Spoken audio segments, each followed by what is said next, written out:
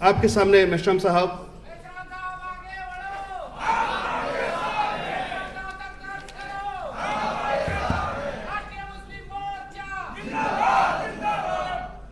मेश्राम साहब आगे बढ़े हुए हैं, आगे बढ़े हुए हैं, 50 साल से बढ़े हुए हैं।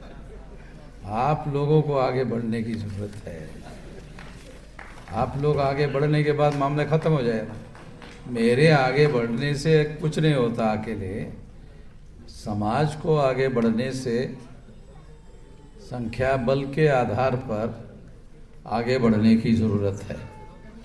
आज राष्ट्रीय मुस्लिम मोर्चा का तीसरा राष्ट्रीय अधिवेशन है और इस अधिवेशन में जो पहला सत्र चल रहा है उसमें जो विषय रखा गया है, एक जालिम का विकल्प दूसरा जालिम नहीं हो सकता,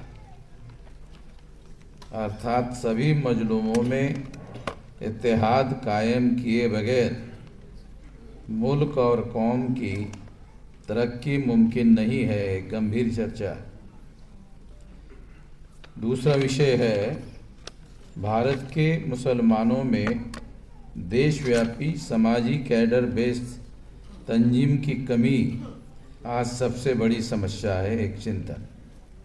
ये दूसरा विषय है। तीसरा है भारत में worship act 91 places of worship act होने के बावजूद मुसलमानों के इबादत गाहों और वक्फ बोर्ड की संपत्तियों पर नाजायज़ तरीके से कब्जा करना और नष्ट करना शासक जातियों का असंवैधानिक षड्यंत्र है, एक बहस। ऐसे 3 विषय यहाँ चर्चा करने के लिए रखे गए हैं। मैं कुछ बातें आप लोगों के सामने रखना चाहता हूँ जो ज़हनीत के तौर पर मुसलमान जिस तरह से सोचते हैं, मुसलमान जिस तरह से विचार करते हैं, वो क्या वास्तव में मुसलमानों को भारत में आगे बढ़ाने का जरिया है या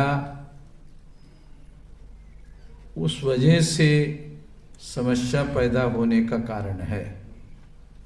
एक बहुत सोचने का बहुत ज़्यादा गंभीर मामला है। तो जैसे मुझे बहुत मुश्किल से ढूंढना पड़ता है ऐसे मुसलमान को जो हिंदू शब्द अपने तकरीर में नहीं कहता। माइक्रोस्कोप लगाकर ऐसा ढूंढने से भी नहीं मिलता।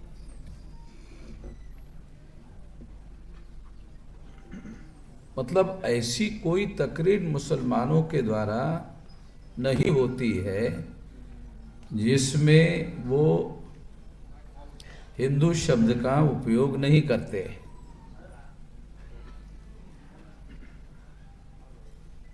आरएसएस और बीजेपी के लोग जितना हिंदू शब्द का प्रचार नहीं करते हैं उससे कहीं ज्यादा मुसलमान करते हैं।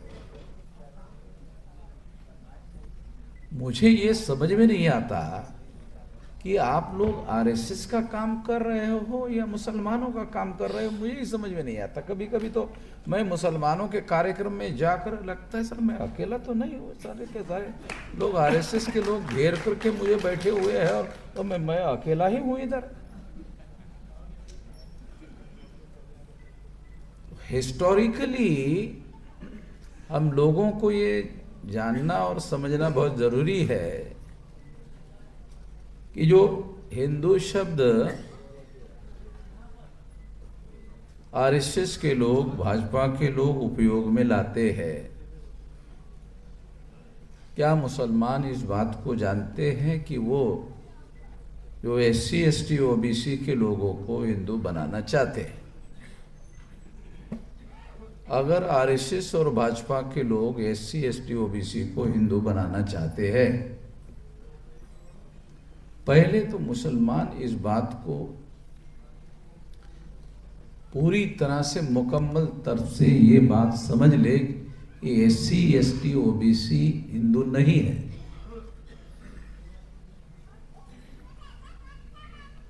ये पहले समझ ले।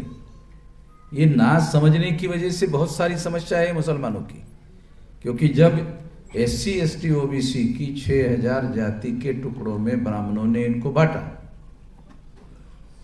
जब आप इनको हिंदू कहते हैं तो RSS को बहुत आसानी से एक शब्द के आधार पर SC ST OBC को हिंदू बनाकर ब्राह्मणों के नीचे लगाना बड़ा आसान हो जाता है। क्या मुसलमानों को ये पता है कि जब फसाद होता है तो कोई ब्राह्मण मुसलमानों का घर जलाने के लिए आगे नहीं रहता है? पता? एक भी ब्राह्मण मुसलमानों का घर जलाने के लिए आगे नहीं रहता है फसाद में।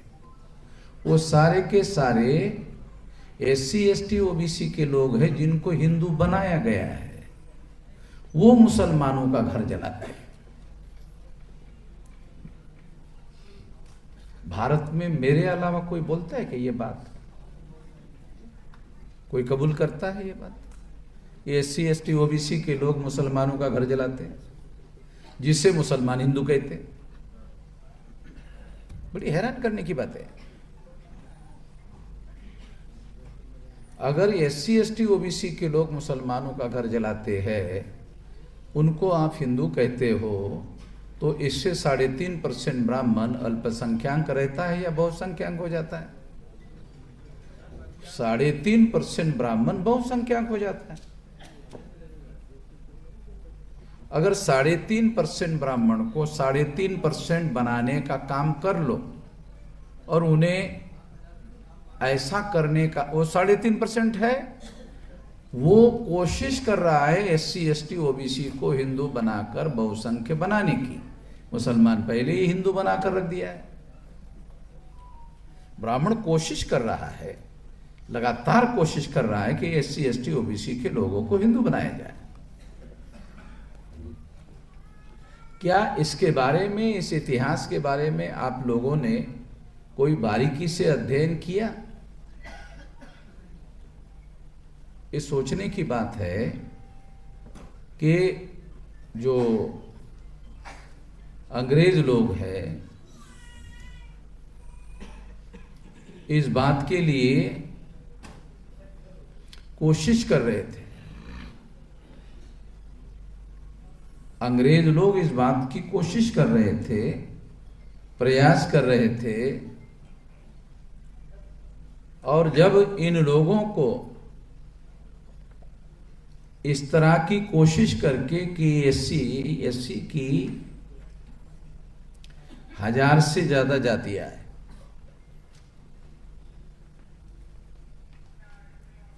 और OBC की 3743 जातियां हैं,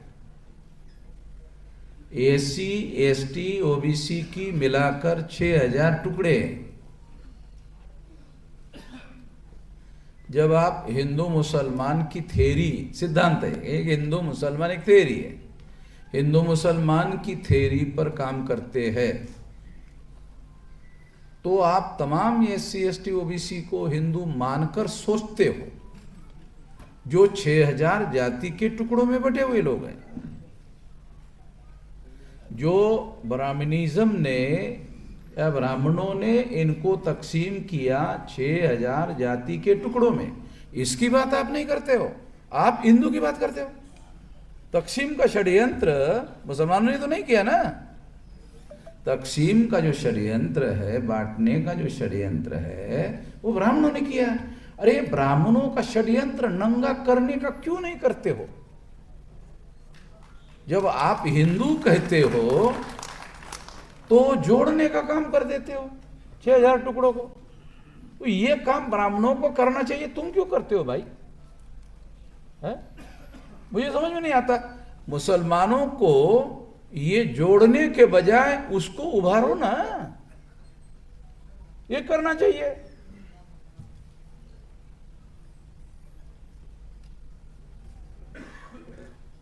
उभारने से क्या होगा? जो ब्राह्मण इनको हिंदू के नाम पर यूनाइट करने का काम कर रहा है।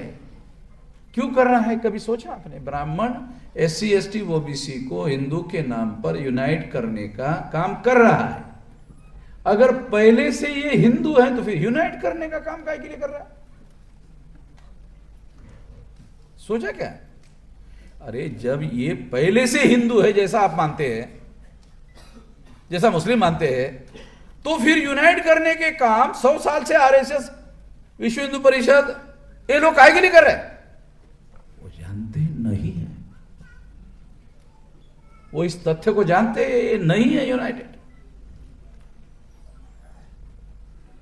कानूनी भाषा में भी शेड्यूल कास्ट के लोग अलग है, क्या आप जानते हैं? कानूनी भाषा में अलग है।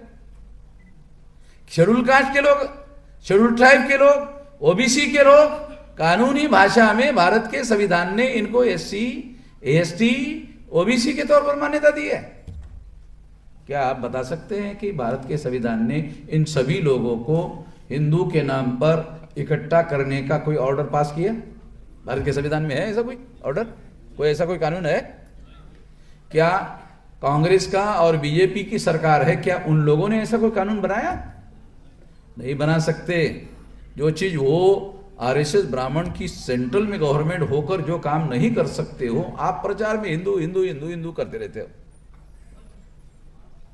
इसीलिए मैं ये कहता हूं कि ये इंटेलिजेंसिया जो मुसलमानों का है, अरे भाई आप सोचो तो, आप ऐसा क्यों कर रहे हो? SC को आप हिंदू कहना बंद कर दो तो हम लोगों के ऊपर आप लोगों का बहुत उपकार होगा। कुछ करो मत हमारे लिए, एक काम करो, SC को हिंदू मत करो। तो मैंने जब ये बात कही तो कुछ मुस्लिम लोगों ने मुझे कहा कि आप लोग ही तो हिंदू कहते हैं। ऐसा कुछ मुस्लिम लोगों ने मुझे कहा। आप मुसलमानों में से कुछ लोगों को जो मैंने कहा तो उन्होंने मुझे कहा, अरे आप ही लोग तो अपने को हिंदू कहते हैं। मुस्लिम लोगों ने मुझे कहा। तो मैंने कहा चलो हम गधे लोग हैं, आप तो अक्लवान हैं,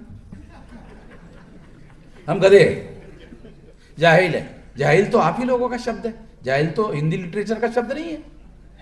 जाहिल जो है उर्दू भाषा का शब्द है, मुझे बड़ा प्रिय शब्द है।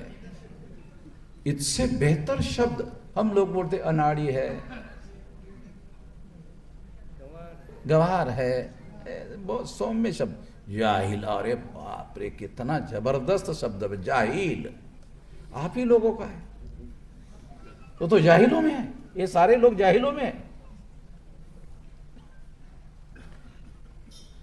अगर आप इनको हिंदू कहने के बजाय मैं आपको इजाजत देता हूं इनको मुसलमान जाहिल कहे, और आपको कोई रुकावट करने का काम करे तो बोला मोहम्मद मेश्राम ने कहने के लिए कहा है, क्योंकि मेरे बराबरी का कोई है क्या भारत में काम करने के लिए? किसी की औकात है मेरे से मुकाबला कर ले? मैं तो मैदान में जंग हूं, मेरे से कोई मुकाबला नहीं कर रहा है। तो जहनीयत के तौर पर हम लोगों को, क्योंकि ये शरीर कैसे काम करता है, विज्ञान के अनुसार बताता, शरीर कैसे काम करता है, जैसे आपका दिमाग उसको चलाता है। अगर आपका दिमाग गलत तरीके से सोचता है तो आपका शरीर भी गलत तरीके से काम करेगा। इसलिए शरीर सही तरीके से काम करे, इसका सबसे बड़ा इलाज ये है कि उसका दिमाग सही तरीके से सोचने का काम करे। ये कॉन्फ्रेंसेस हम काय के लिए कर रहे हैं, ये अलग अलग सब्जेक्ट हम काय के लिए रख रहे हैं? तो जहन ठीक करने के लिए तो कर रहे हैं ना, दिमाग ठीक करने के लिए तो कर रहे हैं। तो मैं आप लोगों को अनुरोध करूंगा, और ये वीडियो सारे देश भर में हम लोग शाया करेंगे, पब्लिश करेंगे, कि मुसलमान हमें हिंदू ना कहे, मुसलमान हमें जाहिल कहे। अगर आपको ये रिटर्न लेटर चाहिए तो देने के लिए तैयार।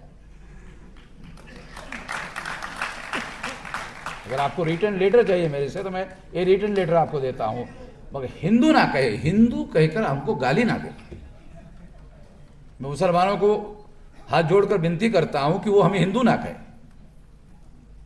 RSS के लोग कह रहे हैं कहने दो, उनके पिछवाड़े पर लात मारने के लिए मैं हूँ। आरएसएस के हेडक्वार्टर पर कोई मुसलमान भारत में सोचा कि आरएसएस के हेडक्वार्टर पर जाके मोर्चा निकाला जाए? है किसी के मुसलमानों के दिमाग में ऐसी कोई सोच है?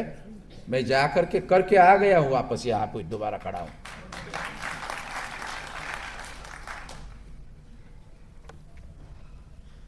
ऐसा किसी मुसलमान के दिमाग में भी नहीं आया कि मुसलमानों की सारी तंजीमें मिलाकर आरएसएस के हेडक्वार्टर को घेरा जाए। तो इसलिए मैं आप लोगों को यह कहना चाहता हूं कि जहनीयत के तौर पर, दिमागी तौर पर मुसलमान हम लोगों को हिंदू कहना बंद कर दे, ये इतना आसान नहीं है, क्योंकि ये विचारधारा से संबंधित मामला है और ये विचारधारा का मुसलमानों के बीच में अभाव है। उस अभाव का मौलिक कारण ये है कि मुसलमान ज्यादा से ज्यादा जालिमों के संपर्क में रहता है। भारत में आजादी मिलने के बाद इमरजेंसी आने तक तो आंख लगाकर मुसलमान कांग्रेस के साथ रहते थे। ये तो ये इतिहास है, मैं कोई जबरदस्ती नहीं कह रहा हूं। कांग्रेस के साथ रहते थे। कांग्रेस किसने बनाई? ब्राह्मणों ने। ब्राह्मण कौन है? जालिम। तो इमरजेंसी में कुछ गड़बड़ियां मुसलमानों के साथ हुई तो मुसलमानों ने थोड़ा सा अंतर बनाकर काम करना शुरू कर दिया और फिर वो जनता पार्टी के साथ गया। फिर जनता पार्टी की सरकार बनी। एक और सोच जो मुसलमानों की है कि हमको जो केंद्र में सरकार बनाने वाला है उसके साथ रहना चाहिए, ये पिटवाने का कार्यक्रम है। ये जो सोचने का तरीका है कि मुसलमानों को सेंटर में जिसकी सरकार है या सेंटर में जिसकी सरकार हो सकती है उसके साथ जाना चाहिए। फिर तो आप जालिम को ही जालिम के साथ रहोगे। बेशक ऐसा करने के लिए अल्लाह ताला ने आपको मनाही किया हो, या तो लिखा हुआ है तो अल्लाह ताला ने मना किया है? क्यों?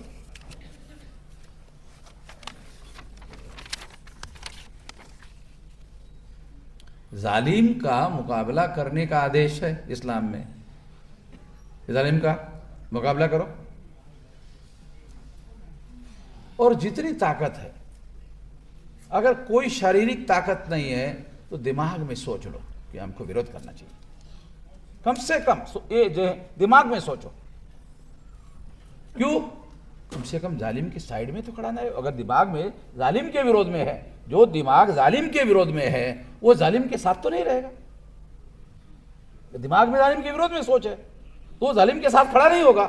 जालिम के साथ खड़ा नहीं होगा तो जालिम की ताकत बढ़ेगी। कितनी अच्छी बात है, कितनी सही बात है। तो मुझे इसलिए ये बातें कहनी पड़ रही है क्योंकि इस सोच में मुसलमानों के अंदर बदलाव होने की जरूरत है। SC ST OBC के लोग मजलूम हैं और आपको आदेश है मजलूम का साथ देना चाहिए। ये इस्लामिक फर्ज है, ऐसा मुझे स्कॉलर लोगों ने बताया। सही गलत तो आप ही जानते हैं, मैं तो नहीं जानता क्योंकि आप उसके ज्ञानी हैं, जानकारिक लोग हैं। ये फर्ज है आपका। अच्छा, यहां कोई पूछने वाला नहीं है आपको कि फर्ज आप निभा रहे हो कि नहीं निभा रहे हो। मगर मुझे और एक मौलाना ने बताया कि आखिरत में पूछा जाएगा। बराबर है DGP साहब? बराबर है क्या? ऐसा है क्या? आखिरत में पूछा जाएगा? हाँ, तो पूछा तो जाएगा भाई, ये ध्यान रखो। अगर इधर नहीं पूछा जाएगा तो उधर तो पूछा ही जाएगा।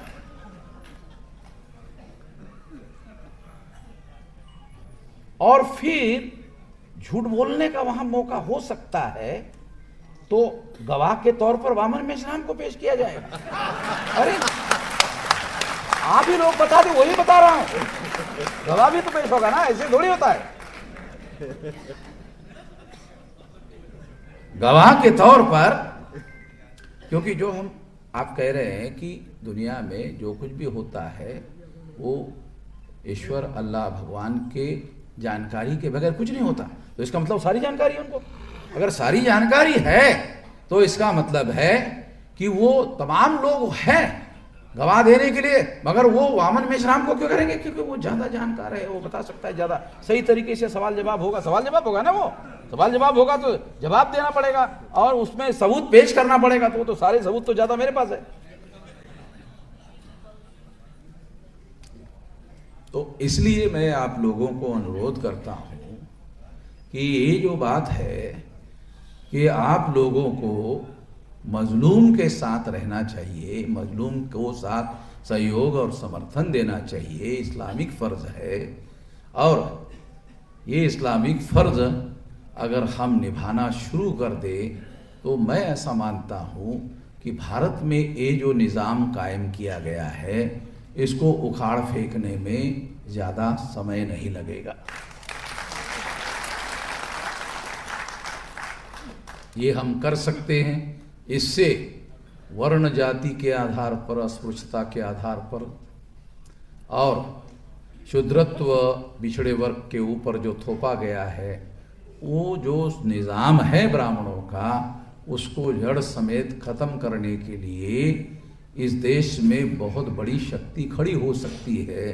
और चूंकि ये शक्ति खड़ी होनी चाहिए, अल्लाह ताला हर सही काम के लिए मदद करने के लिए तैयार है, मगर अल्लाह ताला सब कुछ कर दे ऐसा नहीं है। अल्लाह ताला ने कहा मैं मदद के लिए तैयार हूं। मदद के लिए तैयार होगा मतलब क्या है? तुम कुछ तो करो भाई, हाँ तुम कुछ तो करो, अगर तुम करोगे फिर मैं आपकी मदद करूंगा। तुम कुछ भी नहीं करोगे और सारा का सारा काम अल्लाह ताला के ऊपर छोड़ दोगे कि सारा का सारा अल्लाह ताला करेगा, ऐसा तो कहीं कहा नहीं गया है कि आप करो। अल्लाह उसकी मदद करता है जो खुद अपनी मदद करता है। तो इसका मतलब है अल्लाह ताला ने आपको पहले खुद अपनी मदद करने के लिए कहा है। अगर आप अपनी मदद करना शुरू करोगे तो फिर अल्लाह ताला भी आपकी मदद करेगा।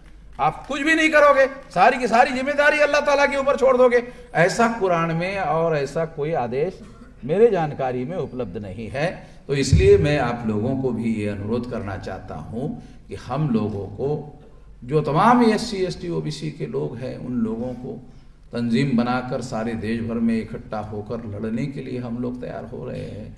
और हमारा हौसला ये है, आपको सबूत के तौर पर पेश किया कि हमने RSS के हेडक्वार्टर को घेरने के लिए वहाँ जाके गए आए हुए हैं। तो वो नागपुर में इतने डरे हुए हैं कि नागपुर से RSS का हेडक्वार्टर अयोध्या लेके जाने की सोच रहे। ये वामन मेश्राम नागपुर में कभी भी घेरेगा और इस तरह से घेरेगा कि दोबारा वहां से भागना मुश्किल हो जाएगा। आगे भी ऐसा करेगा, इसलिए अपना हेडक्वार्टर अयोध्या में लेकर जाने के सोच रहे हैं। मैंने अयोध्या वालों को मैसेज दिया कि वो आने के पहले तुम तैयार हो जाओ। क्यों? अयोध्या पाकिस्तान में थोड़ी है, तो भारत में ही है। अयोध्या भारत में ही है और भारत के 625 जिलों में हमारा संगठन है और अयोध्या में तो बहुत पहले है। ये तो अयोध्या से है, बैठे इधर है। हमने पहले ही मोर्चा खोल के रखा हुआ उधर। हमने सामने आने की उनकी कोई औकात है नहीं है, हमारे ही लोगों को सामने करते हैं। SC ST OBC के ही लोगों को मुसलमानों से लड़ाते भिड़ाते रहते हैं। जहां जहां वाम से भारत मुक्ति मोर्चा मजबूत है, वहां SC ST OBC का कोई आदमी RSS को मिल नहीं रहा फसाद करने के लिए। कई जगह फसाद 0 लेवल पर आ गया, तो हमने पुलिस विभाग को लिख कर दिया है कि जहां जहां वाम से भारत मुक्ति मोर्चा, बहुजन क्रांति मोर्चा मजबूत है, वहां फसाद नहीं होगा। केवल केवल केवल SC ST OBC की तंजीम अगर वहां मजबूत हो गई तो SC ST OBC का आदमी मुसलमानों के विरोध में ब्राह्मणों के हाथ का खिलौना बनने के लिए राजी नहीं होगा तो फसाद कैसे होगा? ब्राह्मणों की तो इतनी औकात ही नहीं है कि मुसलमानों के घर में जाके हमला कर दे। ऐसी तो कोई औकात है नहीं उनकी।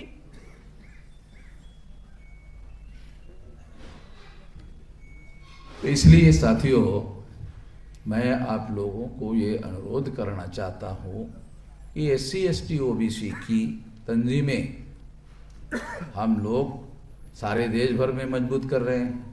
इसका एक बहुत बड़ा आंदोलन खड़ा करने के लिए हम लोग कोशिश में लगे हुए हैं। तो ये मुसलमानों को ये बात जरूर है कि मीडिया में हमारी कोई खबरें नहीं आती है, क्योंकि मीडिया का चलाने वाला कौन है? बनिया है, वो तीसरे वर्ण का आदमी वैश्य है, और इसका संपादक और पत्रकार कौन है? ब्राह्मण है। तो ब्राह्मण बनिया मीडिया जो है वो हमारी एक सिंगल लाइन की खबर नहीं छापता है। क्यों नहीं छापता? कभी सोचा आप लोगों ने? उसको उनको खुल्लम खुल्ला नंगा करता हूं, मेरे खिलाफ कोई FIR है भारत में? किसी ब्राह्मण की औकात है कि मेरे खिलाफ कोई FIR कर दे?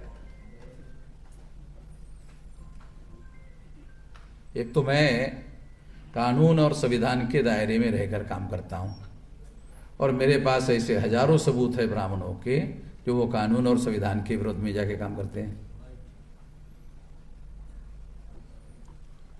तो इसलिए हम लोग इस काम को अंजाम तक पहुंचाने के लिए ये प्रयास भी कर रहे हैं। राष्ट्रीय मुस्लिम मोर्चा बनाने में भी हम लोग आप लोगों को 625 जिलों में अगर मान लो मुस्लिम है तो मुझे आप लोग केवल एक टेलीफोन कर देना, एक टेलीफोन कर देना, मैं 24 घंटे में वहां राष्ट्रीय मुस्लिम मोर्चा की यूनिट बना दूंगा।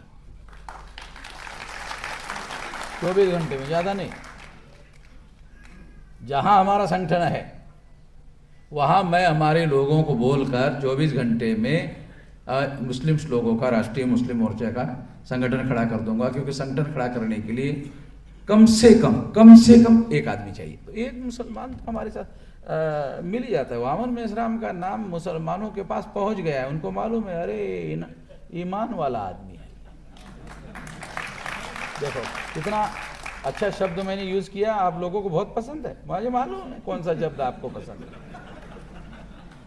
मालूम है मुसलमानों के मेरे से ज्यादा SC ST OBC में कोई ईमान वाला आदमी नहीं है। मुसलमानों में होगा क्योंकि वो 5 बार नमाज पढ़ता है तो ज्यादा होगा, मैं मान लेता हूं। तो इसलिए साथियों, हम लोगों को ये तंजीम जरूर खड़ी करनी चाहिए, और आप लोगों को मैं एश्योरेंस देता हूं, मेरी सरकार नहीं है मगर मेरी संगठन शक्ति कम नहीं है। मैं जहाँ जहाँ भी हमारी संगठित शक्ति है वहाँ वहाँ मुसलमानों के प्रोटेक्शन के लिए हम पूरी संगठित शक्ति लगाएंगे। वहाँ नहीं होगा। अभी हमारे पास रिकॉर्ड है, जहाँ जहाँ हमारी संगठित शक्ति है वहाँ फसाद बंद हो गए। हमारी सरकार नहीं है, हमारी संगठित शक्ति है तो फसाद बंद हो गए। सरकार आने के बाद क्या होगा आप सोच लो। आपको सोचने की क्या जरूरत है, उनको सोचने की जरूरत है।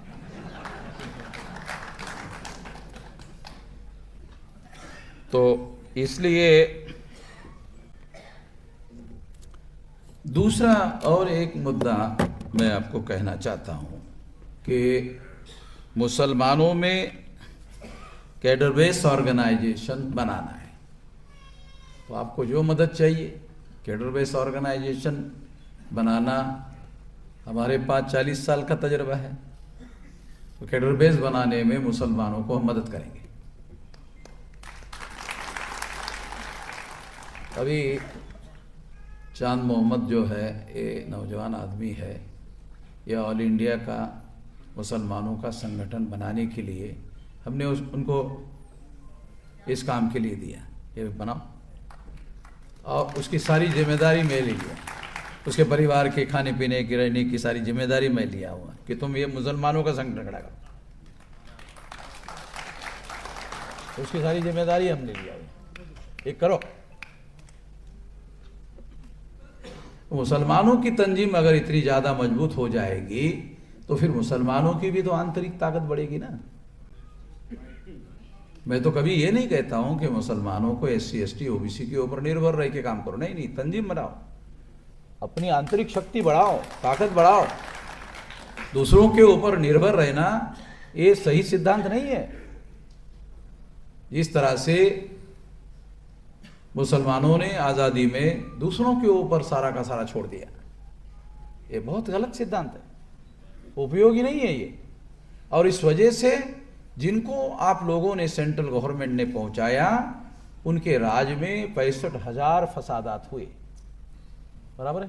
पुलिस विभाग के हमारे DGP साहब यहाँ है, 65,000 फसादात ऑल इंडिया में हुए, उन्हीं के राज में हुए। और RSS वाले कह रहे देखो हमारी सेंटर में सरकार है मगर हम फसाद नहीं होने दे रहे, हमारी सरकार कितनी अच्छी है, ऐसा कहने का मौका मिला। तो कांग्रेस को आपने दिल्ली में पहुंचाया, कांग्रेस ने फसाद करवाए। कांग्रेस ने फसाद क्यों करवाए? क्योंकि मुसलमानों को निरंतर असुरक्षा में रखो, तब मुसलमान हमारे साथ रहेगा।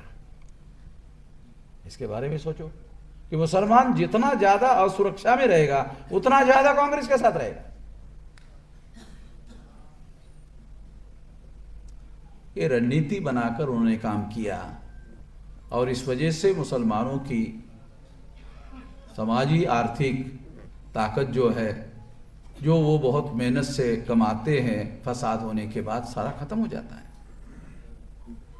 तो इसलिए हम लोगों को ऐसे लोगों के साथ मिलकर काम करना चाहिए जो आफी की तरह मजलूम हो। अगर मजलूम और मजलूम का इत्तेहाद होता है, एकता होती है, तो दोनों मिलकर जालिम को खत्म कर सकते हैं। ये काम, ये इस्लामिक फर्ज भी है और एक सामाजिक काम भी है। तो ये तंजीम का फर्ज बनाकर अगर हम काम करते हैं तो निश्चित रूप से मैं ऐसा मानता हूँ कि ये एक बहुत बड़ा काम भारत में होगा। और ये ऐसा काम है जो भारत को आंतरिक रूप से बहुत ज़्यादा मजबूत करेगा और दुनिया में भारत का नाम बहुत शक्तिशाली देश के रूप में उभरेगा। मुझे ऐसा लगता है कि दुनिया में बहुत सारे देश इस्लामिक कंट्री है, क्या उससे कम पॉपुलेशन है हमारा मुसलमानों की? कम नहीं है, काफी बहुत ज्यादा संख्या है। मुसलमानों की संख्या छोटे छोटे देश है, 50 लाख, 1 करोड़, 1.5 करोड़ वाली संख्या वाले देश है, मगर हमारे देश में 20 करोड़ से तो मुझे लगता है कम नहीं है। इंडोनेशिया के बाद हाँ, इतनी ज्यादा आबादी जो है भारत में है। और तो इससे क्या होगा? इससे भारत बहुत ज़्यादा मजबूत और शक्तिशाली देश होगा, तो मुसलमान भी उसी अनुपात में शक्तिशाली हो जाए।